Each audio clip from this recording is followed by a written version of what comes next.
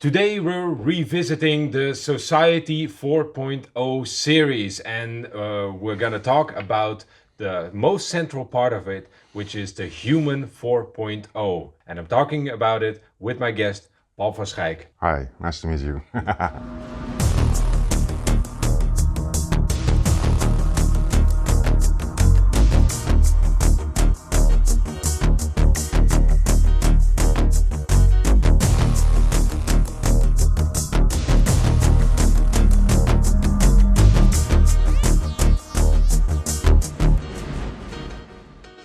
Paul, thank you so much for being here, and thanks for replying to the invitation to talk about your domain within Society Fourth.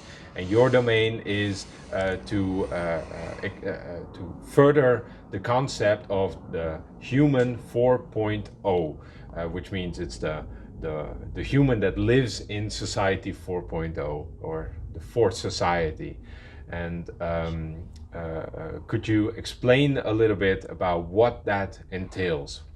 Actually, for people, it's a sort of natural development in the spiritual evolution that they will be autonomous. So we have learned from the years in the 3.0 society that everybody was like top-down organized, and everybody learned like you have to obey to orders. And this is like deep-rooted in human beings because Christianity started with this, like you have to obey God, and everybody has like sort of a conditioning of looking above, like somebody's gonna bring the solution for my problems. Looking for authority outside of themselves. Authority and gods outside of you. You find your gods outside you. You're gonna worship things like which are out of yourself. But everything is you should go inside, and there you can find all answers. And I think this is a sort of realization. It's a natural development.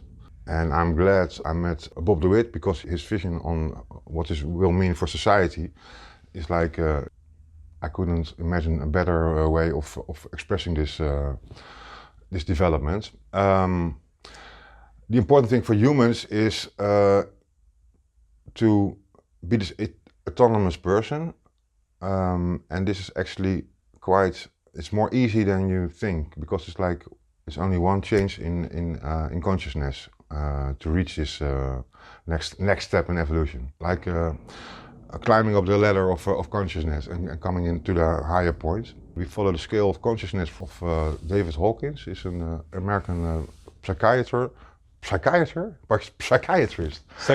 Yeah. Psychiatrist, and he cured his patients without medicine. And he made sort of division in the lower states of conscious come forth from out of fear. It's like it starts with shame, guilt, apathy, fear, anger, and then there's a change point with courage. There's also a level of consciousness, and all levels above that are like coming forth from love. All the other states are fear-based, and actually this corresponds with the society, which is like everything is based on fear of like you need to have a job to have money, and everybody, it's competition, and then the interest rates will be turned by higher, and then I can't afford my little. Everybody is living in fear. Yeah. It's not like they're walking on the streets like, oh, I'm afraid, but it's like an unconscious fear, and this is like what people in power know for years because they like it, because then the people keep on help me, give me a leader. Yeah. So if you as a person want to raise your consciousness, there are lots of ways. We have with Society 4.0, with our domain, we have a course. It's called Science of Life. Like this is a 1-year course, and then you learn how to do this raise your consciousness. And also this sounds a little bit spooky maybe, but it's like really easy. It's like if you feel fear, you can immediately go into your body and feel where it's coming from, and transmute it, and then it's light, and then you're already in a higher state. It's not like that really spooky, difficult stuff. It's really everybody can do it. It's hands-on emotional work, basically. Yes, yeah. Yes. It's about not identifying with your thinking, to be present. Right. Yes. Normally we could have a conversation, and we could differ from opinion, and then we both start fighting. We want our opinion is the best opinion, and we get angry, and in the end we're like strangling each other. But if you are awake, you can like say, okay, I want to be friends with a guy. It doesn't matter that he has a different opinion. It's like I want to have a nice time. This is one. So Yeah. that is what awakening is. You love instead of fear. It's really an art, because it seems that with all this information age that we have, there's more and more discussion going on, there's more and more opinions going on. It's almost like we're in an age where everybody is being fed an opinion, and you have to have an opinion. If you don't have an opinion, you don't matter, it doesn't work for the algorithm. So Yes. all of a sudden, when you get identified with that opinion, then you feel the need to defend it, and then you get into conflict, and then all Yes. sorts of things start to happen with people, and all of a sudden there's this polarization happening, that they find themselves on either side of. And actually, the essence is the separation part. Everybody feels separated from the rest, and sort of promoted. You be a unique individual, and you being. But this is also the other side of this is like people getting lonely, because they don't fit in, and they feel afraid, and it's because of this separation thing. Because if you, the reality is like it's one human consciousness, so we're okay. We're all one. But I think you understand. You can have like a discussion in your own mind, like you got two opinions and you're like struggling yourself. And if you consider the other person with this other opinion, like yourself, this is you. You've got a different opinion. Then it's a really different conversation. Then you're one with a different opinion, but you're still one human. And I think this is the challenge for mankind, to see the other as oneself. There's no separation. If it becomes too spiritual for people, it's a good intellectual exercise, for instance, to find the opinion that is opposing to your own opinion, and then to steelman the opinion that you oppose, so that Yeah. you get a perspective of the other person, and you Yes. get to see the arguments of why does this person think this way, and can I relate to that in some way. Or maybe you think, well, he's totally wrong, but he's a nice guy, and I 10 years ago I was thinking the same way. So what's the problem? He's no enemy. It's like he's just a different opinion. Yeah. And there are numerous opinions, and they all are like subjective. And I think this is the essence of non-duality. It's like at the next level abstraction, there's just one mind. It's just one mind. It's all the same. Yeah. And then, if you look at physics, maybe this is like an intellectual discussion. But I mean, for me, it's like, okay. It's all welcome. It's all welcome. So go ahead. If you see like what reality is, it's like at the essence, if we should have really great eyes, we could see like it's all molecules or atoms, like little points of light. It looks like the sky in the night. This is what reality really is. It's only like a sort of projection, and the rest is our minds create a movie of this like a TV set. You got pixels, and we create this reality with it's through our consciousness. This is one thing. It's one thing, and if you think, and with meditation you can reach this level because it's a quiet level. You're like totally silent. You're like always in peace. And this is like really where you want to be, where you are loved. Like the energy which flows into you is love. So this eliminates the separation intellectually. Mm-hmm. Yeah, and I know in society you fall back in your dream and you see like this can be you can be an opponent, and I call this unconscious, the unconscious state. Right. So you're like both in the dream, defending your opinion, defending yourself, and the others defending it, and your enemies, and it's a fairy tale. It's a dream, So and you can wake up from this. Yeah. You're human 2.0 or 3.0, which is the unconscious one? Human 3.0 is unconscious. Right. Yeah. And so what is then the step between 3.0, which is where we're in the normal society way of living, where we are being ruled by this system of scarcity that forces us to funnels us in a way that we have to get a job, we have to get the mortgage, we have to get the insurance and all of this. What then is gonna differentiate us to the human 4.0? What is where do we make the shift? What is the difference? Well, the difference is like in the individual perspective is everybody has to wake up. You're gonna wake up because if you're thinking about this stuff, you can, and especially when there's a lot of pressure on it. Like when I think the COVID was a great example of people, out of their normal situation, and people started thinking. A lot of people woke up. That's like societal waking up. It's not like spiritual waking up, but it's, you think, yeah, there's a reality is presented which is not the real truth. Something is up. Something is, yes, and it's not actually, yeah, you can feel this. I mean, but it was not your question. The question is like, I think it's a natural evolution. You want to grow as a person, and first people are in this 3.0 society. You want to grow, like you want to get a better job, get a beautiful wife, get a bigger house, and that's a sort of growth. I think there's nothing wrong with that. But then you will notice that, well, I have all this money, but now I'm feeling lonely because my friends are only coming here because they want to make a profit of it. I don't know. You get like actually you're again isolated. So now you made it. You're a success. You grow like the best version of yourself. Success, and then you feel like but I'm alone. So, and then you're gonna start thinking, okay, but what's the essence? Who am I? So you're gonna ask yourself this question. And if you, first you're gonna start, you're gonna say, this is my name, and then, but what's really the essence of what you are? And then you say, I got a lot of thoughts, they're all changing, and this is really different perspectives, and it's not what I really am, because all my thoughts have been changing all of the time. So what is it that I really, what's the essence? That's the observer of all these thoughts. So okay, the essence is like this is like a stable point in yourself, and this is like this is the real you. It's like undefined, without a me or an I. This is like consciousness, and this kind of realization, this is the breakthrough, because then you can think this. Always, every time, if you want to feel safe, you want to feel peace, you go to this place, you go inside, and so you're untouchable.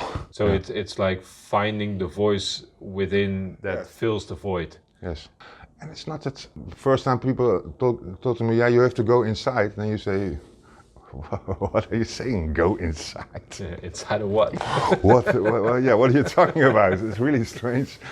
But then after a while you think it's like this, questioning yourself, and then and I think this is the waking up. That all the thoughts you have, are they yours? It's your conditioning. Your parents told you stuff, and you pick some out, and now some new thoughts come. Yeah, I think you receive thoughts. So sure. Is it mine? I don't know. So if I skip all the thoughts, what's left? And actually, what's left is like pure happiness. It's like total, you're total free and loving. I like that idea of all the thoughts that you have, all the ideas that come to you, are they yours, or did you, currently they say, did you appropriate them? Did you embed them into yourself because you have learned that they are true? But do you actually feel that they are true? That's I think that's something good to look into for people. Yeah, and if you don't take them so serious, then you're a lot more relaxed. Yeah, because you don't have to defend these thoughts. I mean, that's freedom, and actually, I think this is what life is about: to find freedom. Let's say the whole society 4.0 doesn't arrive, then you still can have. I can be human 4.0, because my life is like. I live in heaven all the time. I mean, it doesn't matter if things fall apart. I can watch it and see it as a movie, and it's fun. Yeah, and other people might want to have their projections upon you and who you are and what you do, but that doesn't change who you are. It doesn't change whatever you yourself are constantly. You are your own. In Dutch we say the word eikpunt. You're your own. In the essence, the center is God. Right.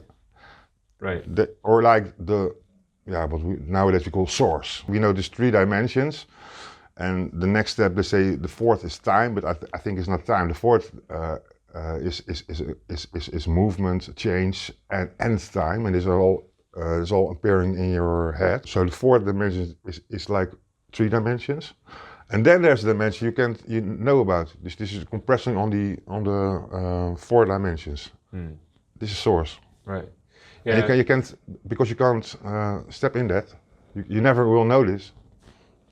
This is your uitgangspunt. Yeah. So because the word God fell, so maybe we need to explain a little bit to people. Yeah. Society Fourth is not a religious Absolutely organization not. or a movement. No. It's not a place where any values come from another religious perspective. It's just that from what I've found with all of the conversations that I've had with all the people is that there is a understanding that the physical and the mechanical and everything that our current society is based upon is not the only thing that matters for human beings.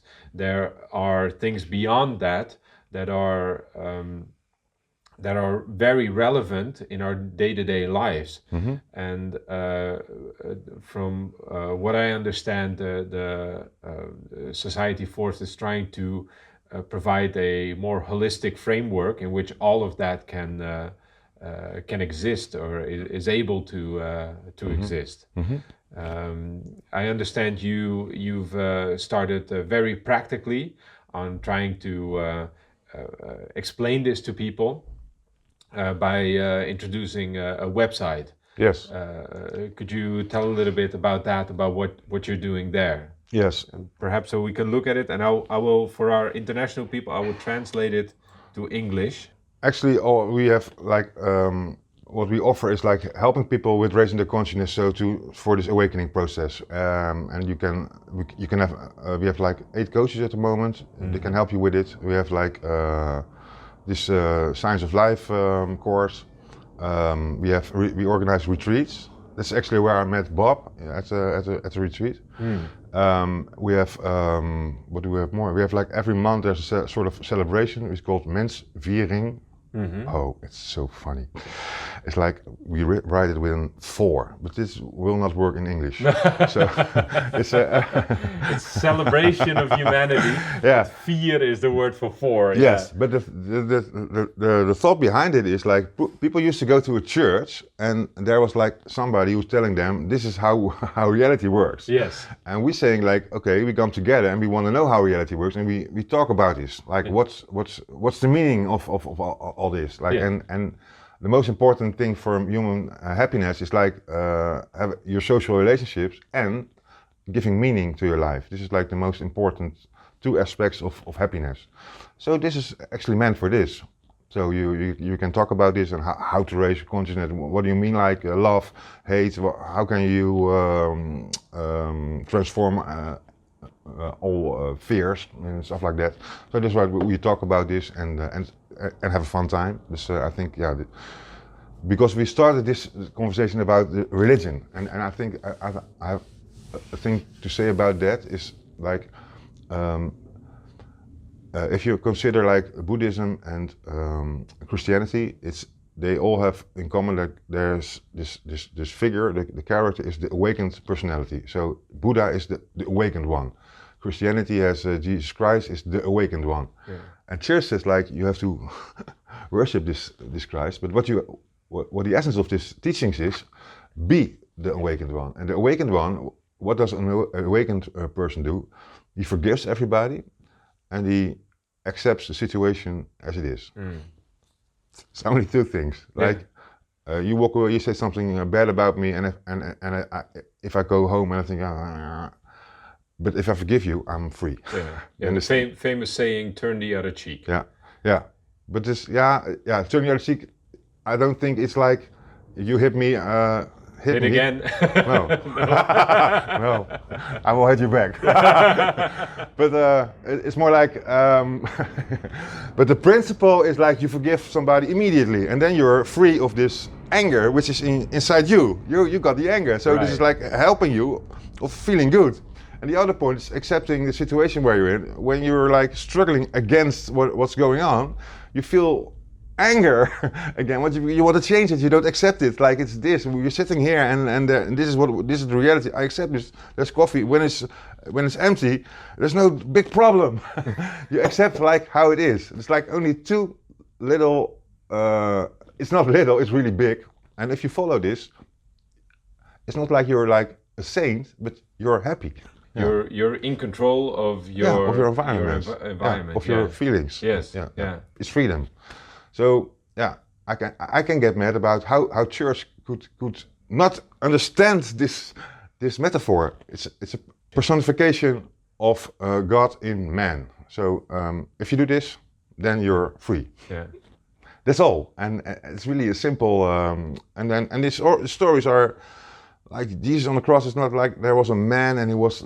It's just like if you skip it, if you think like there's no body, what's left? I surrender and I say I forgive everybody. What's left? Oh, happiness. And he stands up out of the grave. That's what you just awaken, the step to awaken. So you think, skip this whole stuff, the conditioning, and I'm free. Right. I don't think it's on purpose. I just think people didn't understand it really. That's with any kind of,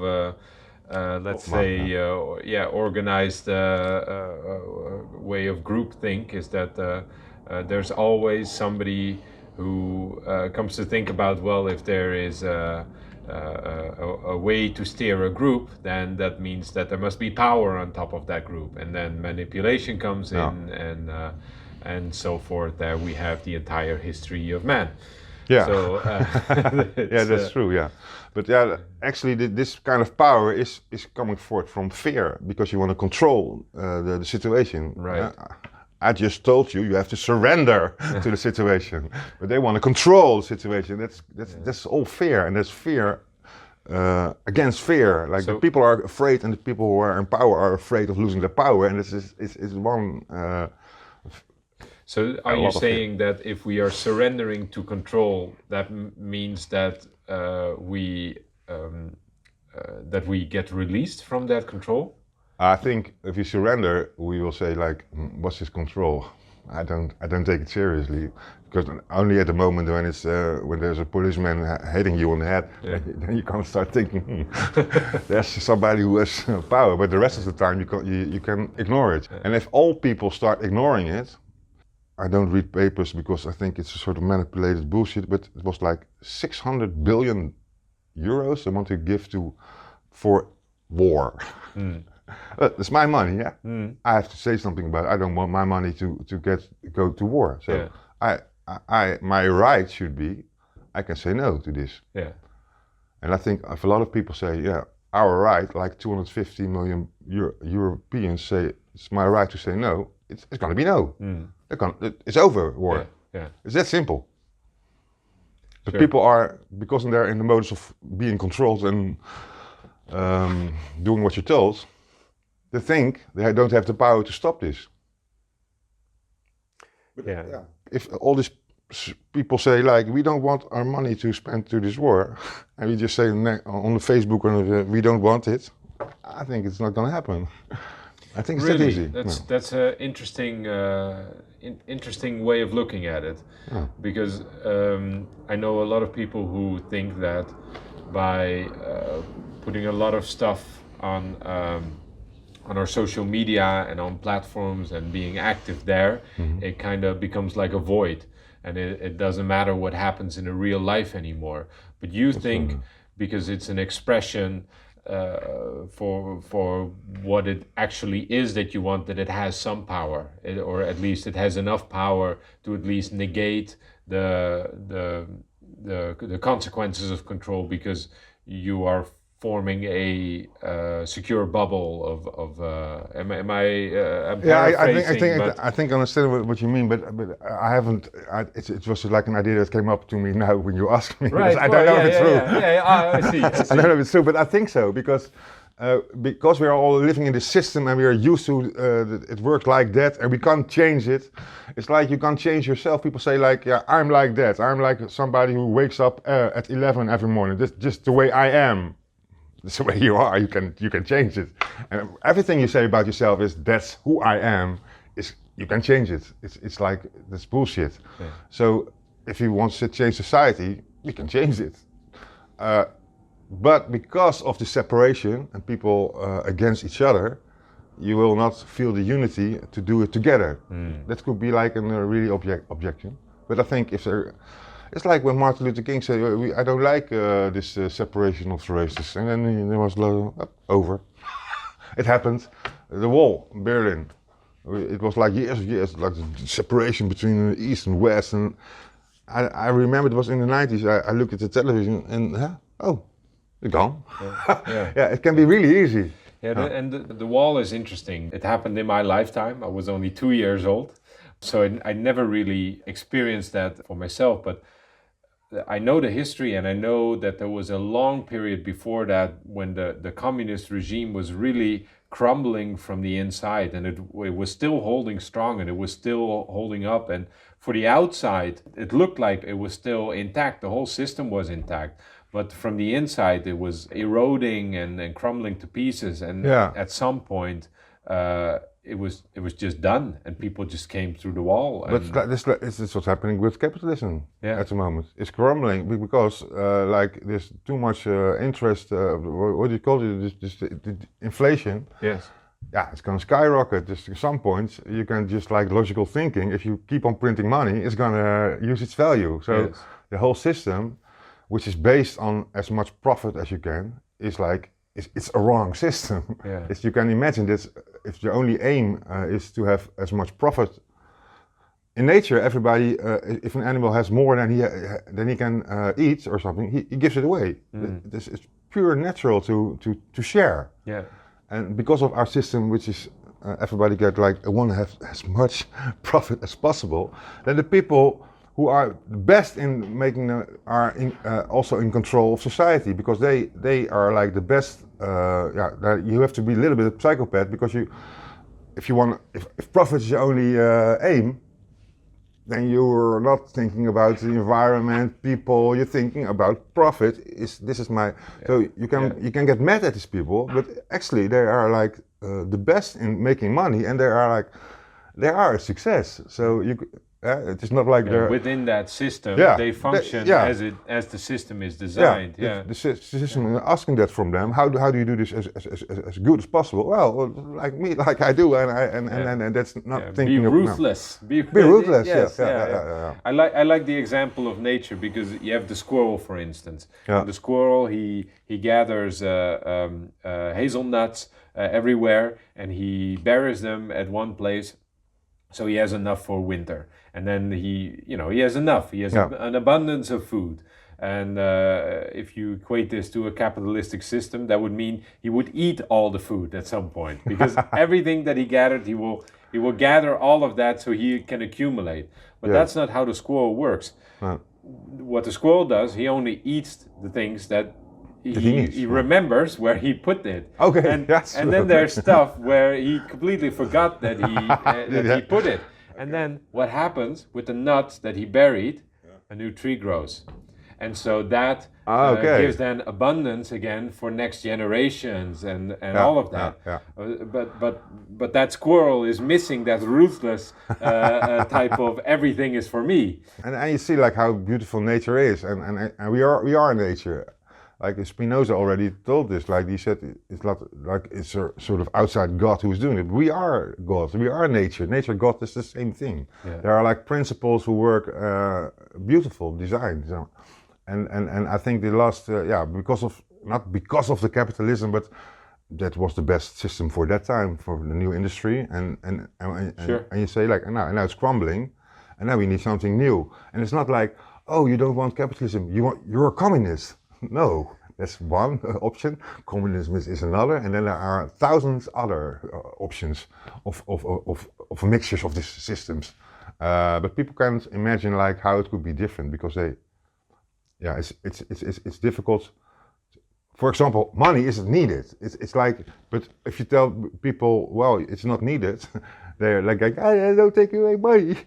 They can't really think. They can't think rational anymore. Yeah, but I have to pay my rent. Yeah, No, I'm not saying like now skip all the money. So, but it is in theory it's not necessary. If there was an app before people invented money, then there wouldn't be invented money. Then there would like immediately there would be an app and say, oh, you get this for me, I get this for you. Like we write it down. We'd only register everything. There wouldn't be like. But you would still have a token, right?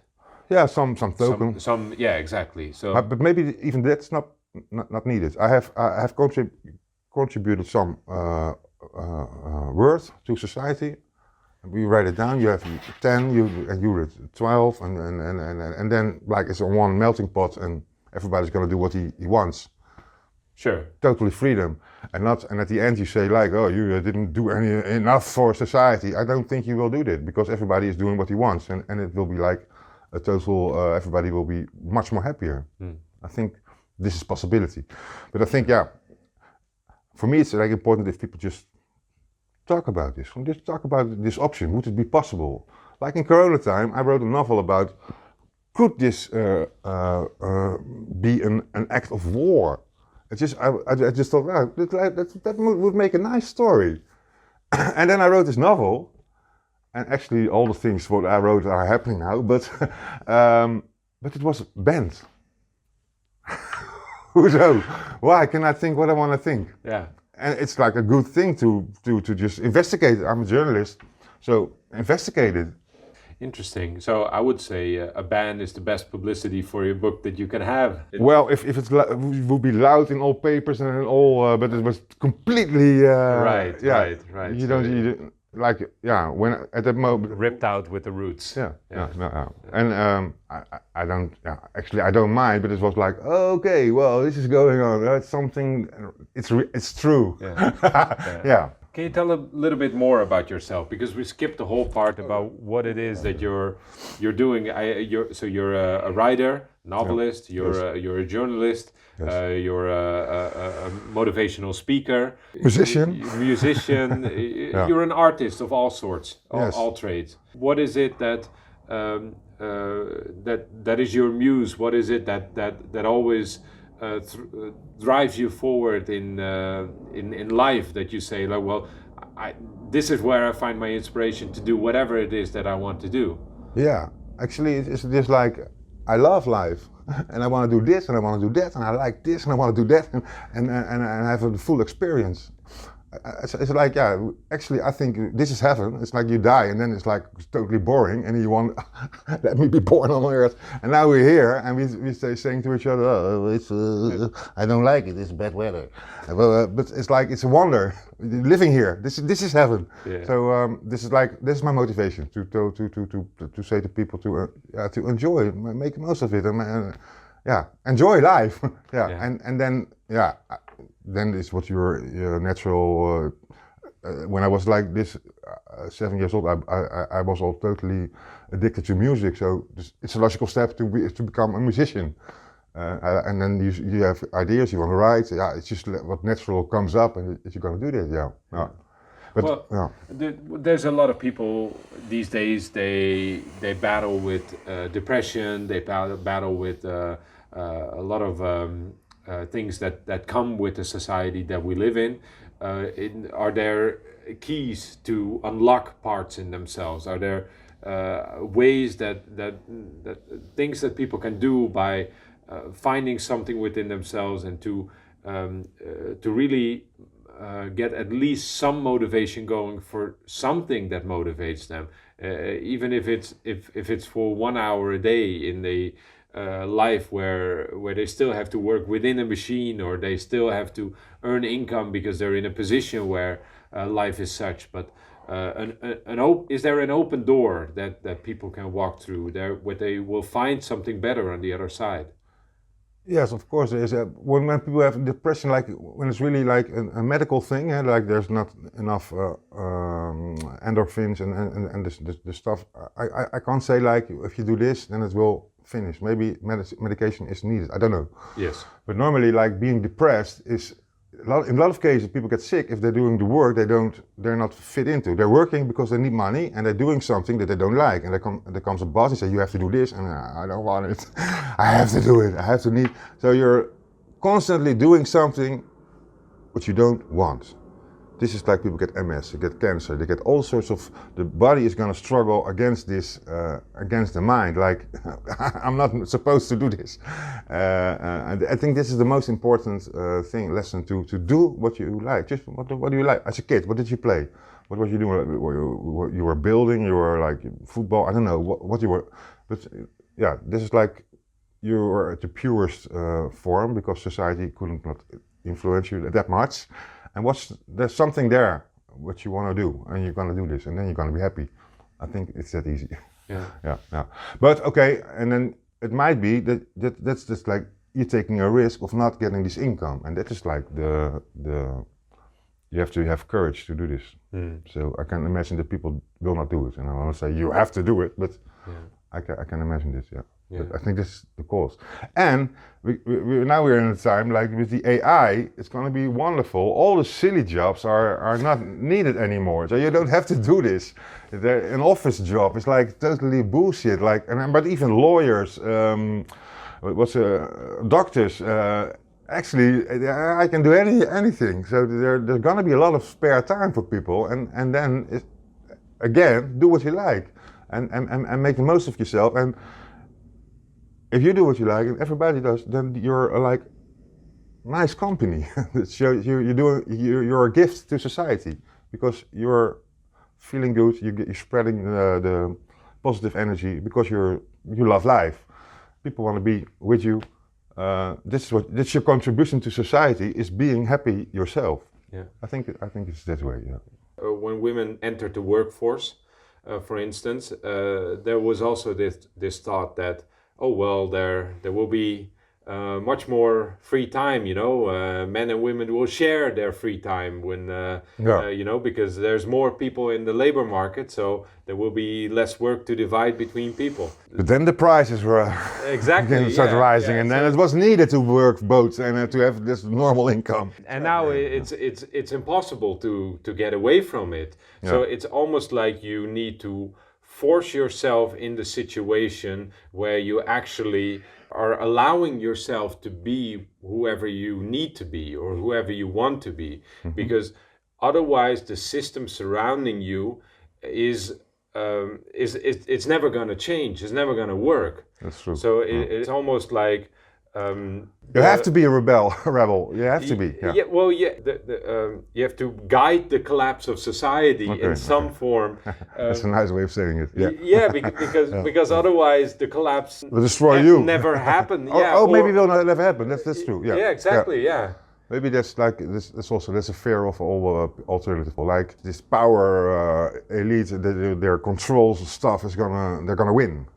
But I think the AI is gonna help us because you can ask anything you want, and it's gonna give brilliant answers, and everybody's gonna wake up because of this. So this is a societal structure. How comes? Yeah. And if everybody started this new narrative, then I think this will help waking up. I think. We have to ask the right questions. That's true. Yeah. And now there's the fear of like this elite is like controlling this AI stuff, but I don't know. The Chinese now brought this DeepSeek and other new AI because when there are different AI machines, then I think this will contribute to. The question is, what is it trained upon? If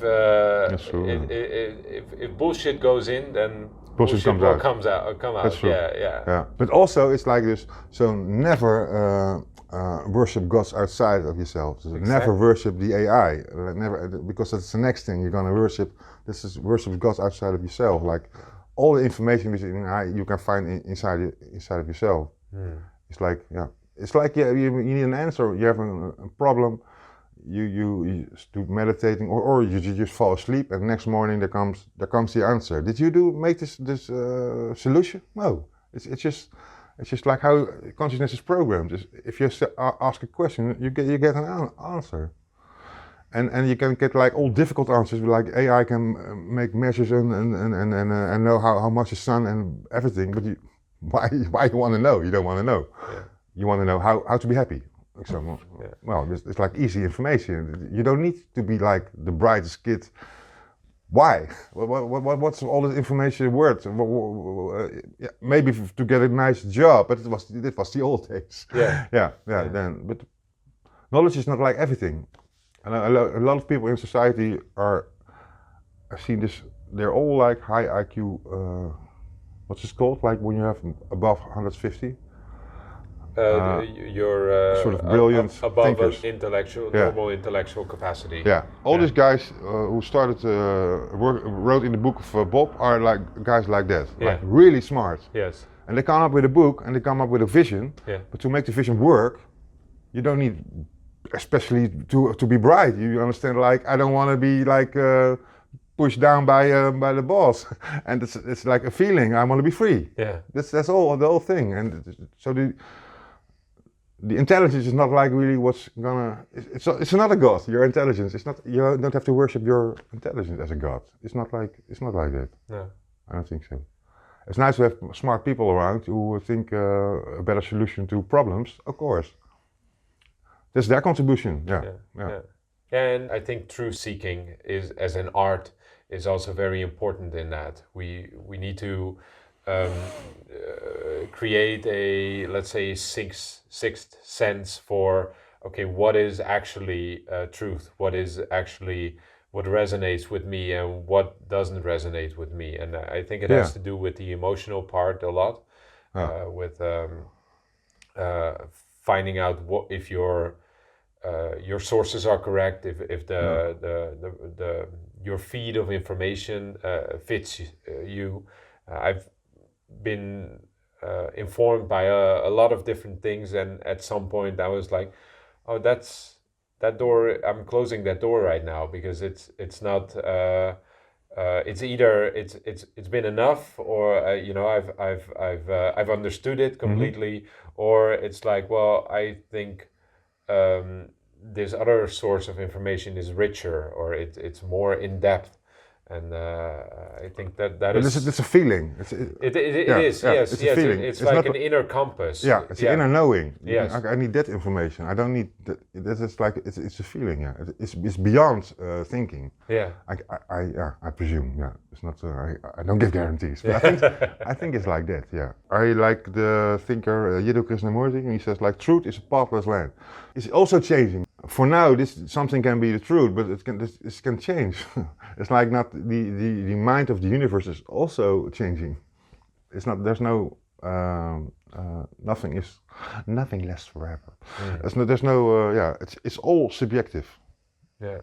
And like we have the part which is the same dream. This is this is what we call reality. Yeah. The shared experience. The shared experience. This is what we call reality. Yeah. But yeah, if you can change it, but if you want to change it, I think it will come from feeling. It will not come from intellect. I guess. Yeah. What do you think? I think there's a back and forth between.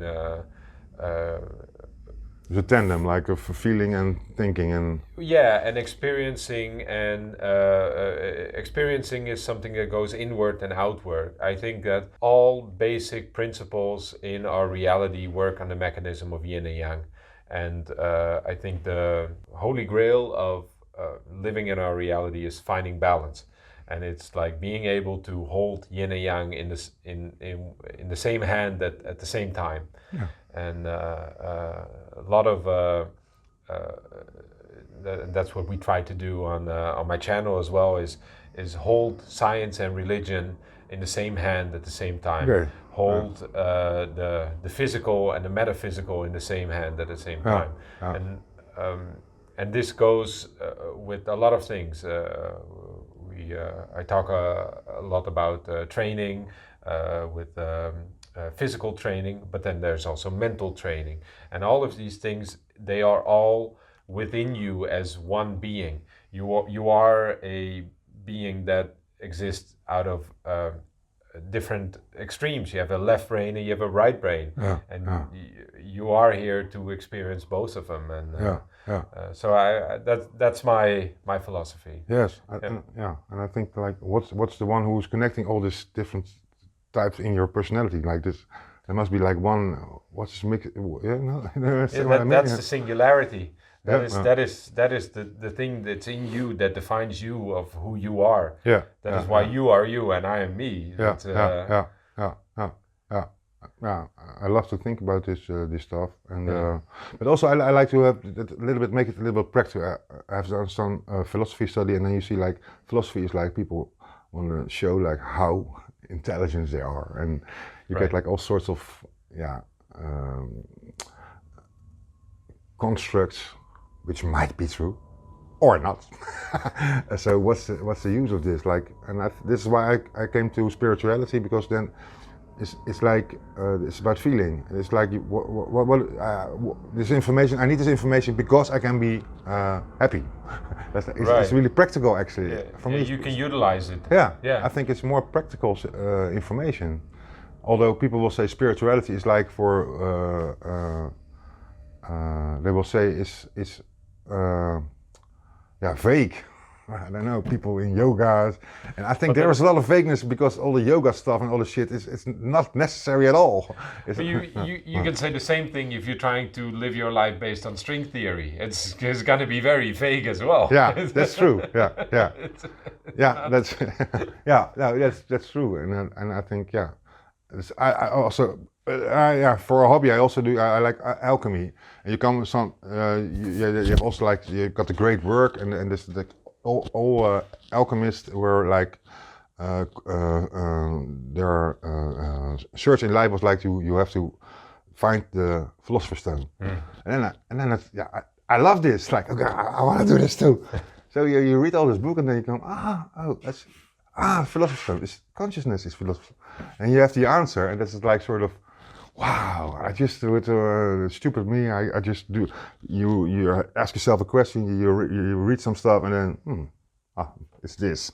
I like it. It's for fun. And then when you have the answer, and then what are you gonna do about it? I won a trophy or something. It's for yourself. It's like nice to know how things work. Yeah, that's what I think.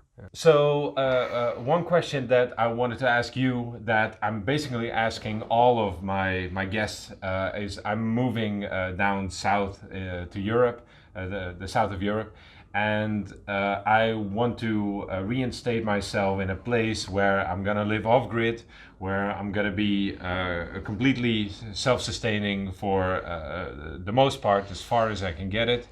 And we want to document all of this, and we want to take all of the wisdom of everyone that we interviewed. We're gonna take it with us. We're gonna take Bob's work with us, but also of the different domains. Okay. So I want to ask you the question for how we are going to implement it, or I'm going to implement it.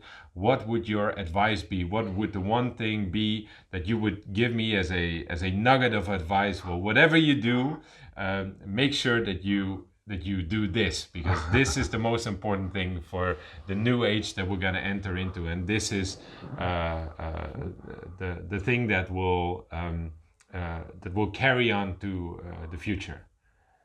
Well, I think to discover that you don't need anybody, so that you can be like totally autonomous, not only like for the food and the stuff, but also like mental.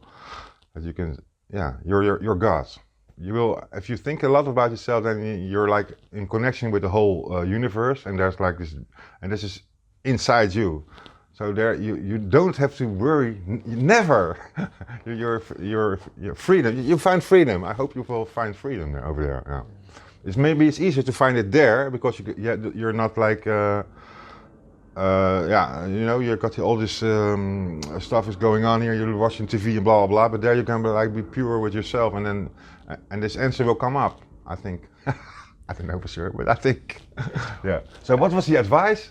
Did I give an advice? I don't know. Yeah, you did. You said you don't need anybody. To have this feeling. Yeah. Because then you never will be alone, again.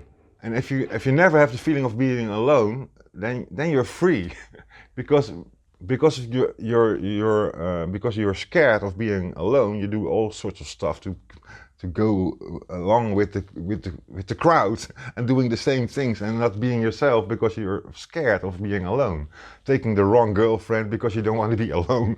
But if you are like master this, there is no loneliness. Yeah. It doesn't exist. No. Well, that's interesting, because that was not at all the answer that No? I expected from you. No, Oh. because a lot of people from Society Fourth and a lot of conversation that we've had, they really want to embed the fact that this is something that we're doing together, and community is very important, and I agree with that. But Yeah. I also agree with what you're saying, because it is important that a society of people that exist from individuals, you need strong individuals to be able to build a strong community. Yes.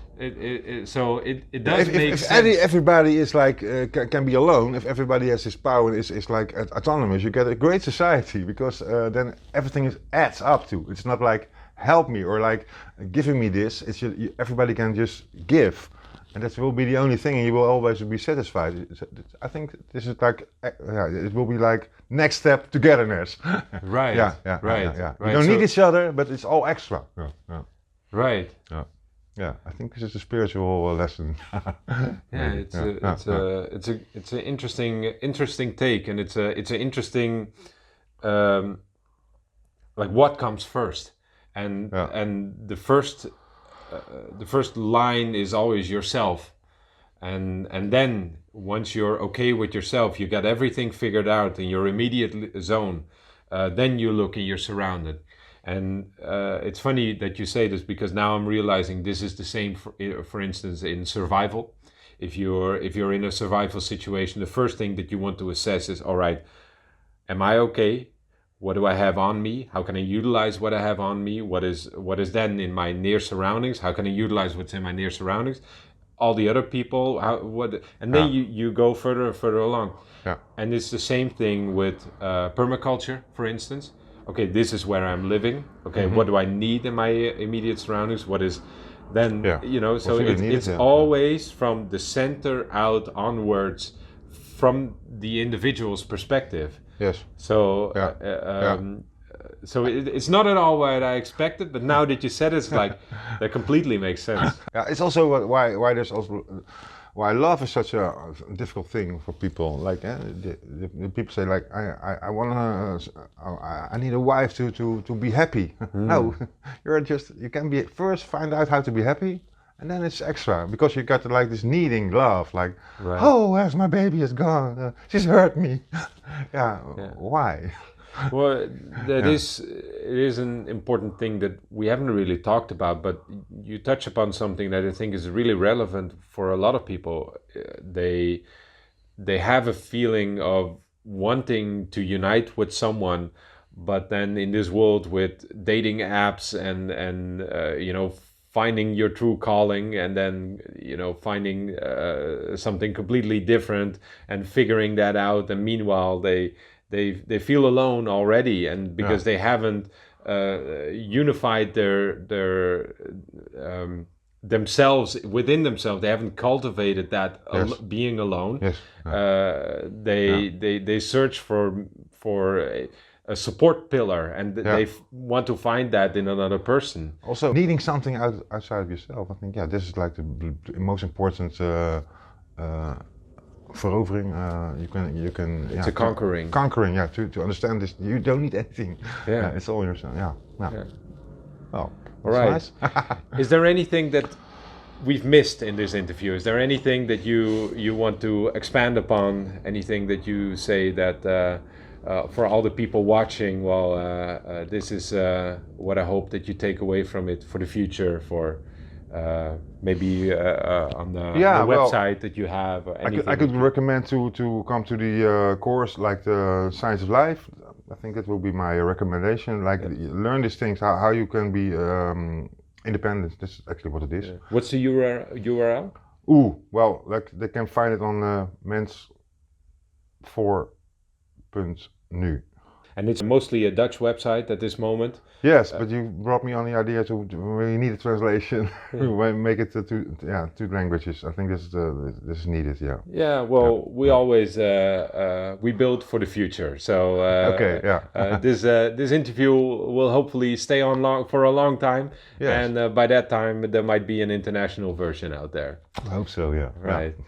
Thank you very much for this interview.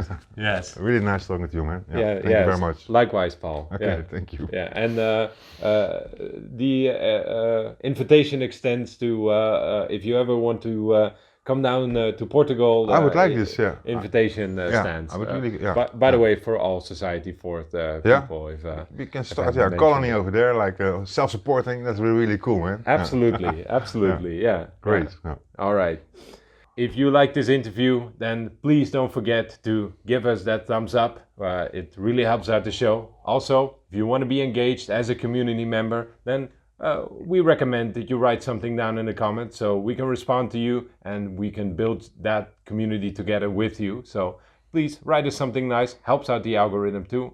At the same time, make sure you've subscribed if you like this episode, this series about Society Fourth, and also check out all the other stuff that we have, then make sure you've subscribed and you'll get more of us. Last but not least, don't forget to check out our sponsors. It's organica-cbd.com for all your CBD products. It's a fantastic product, good quality. And blueearthinnovations.com for everything that you need to have on your water filtration and everything related to that. It's also good health products. So go check those out. Use the code ParadigmShift. And with that being said, we'll see you next week. Bye-bye.